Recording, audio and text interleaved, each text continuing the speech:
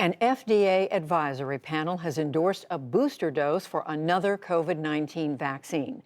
Today's action involved Johnson & Johnson's single-shot vaccine. The FDA advisor said the extra shot can be administered 2 months after the initial vaccination. We'll get details after the news summary.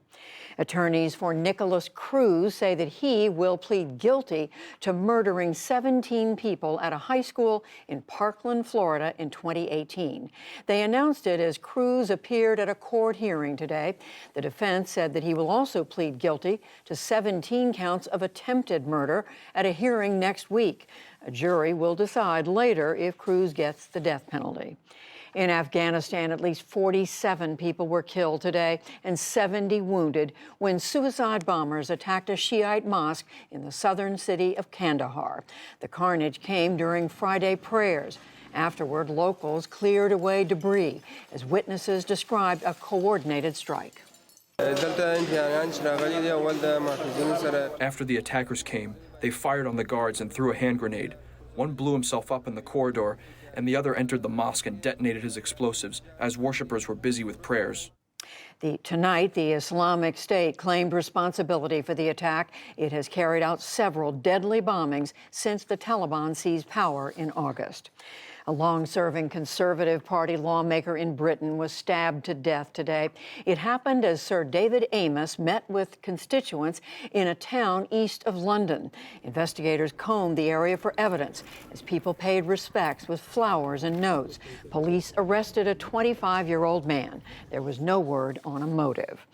Across Lebanon today, schools, banks, and government offices closed in mourning for 7 people killed in gun battles. Shiite Muslim and Christian militias fought for hours in Beirut on Thursday. One woman told today of how her daughter-in-law died. Sniper shots were coming from the buildings on the other side, and they shot her while she was still in the house. She's the mother of 5 children. She's young. My son's family is ruined. What should he do?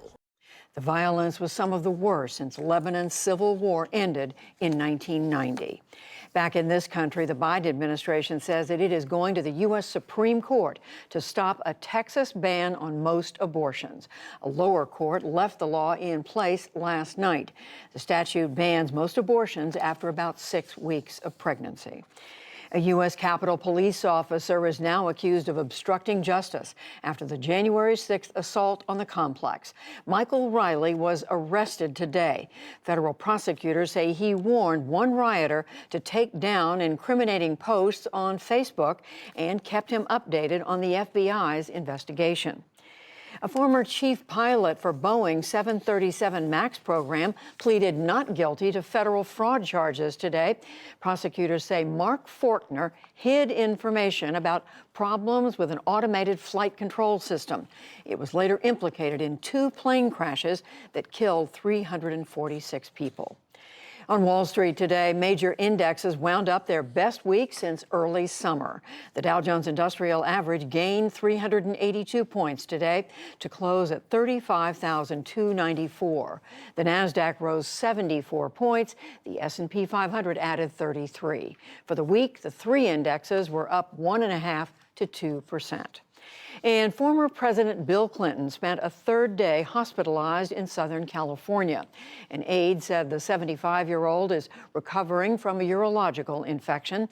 President Biden spoke with Mr. Clinton by phone today and said he's doing fine.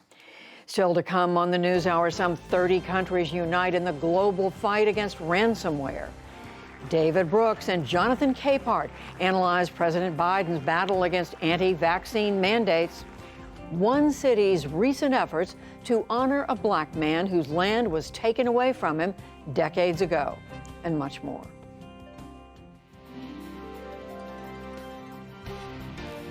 This is the PBS NewsHour from WETA Studios in Washington and in the West from the Walter Cronkite School of Journalism at Arizona State University.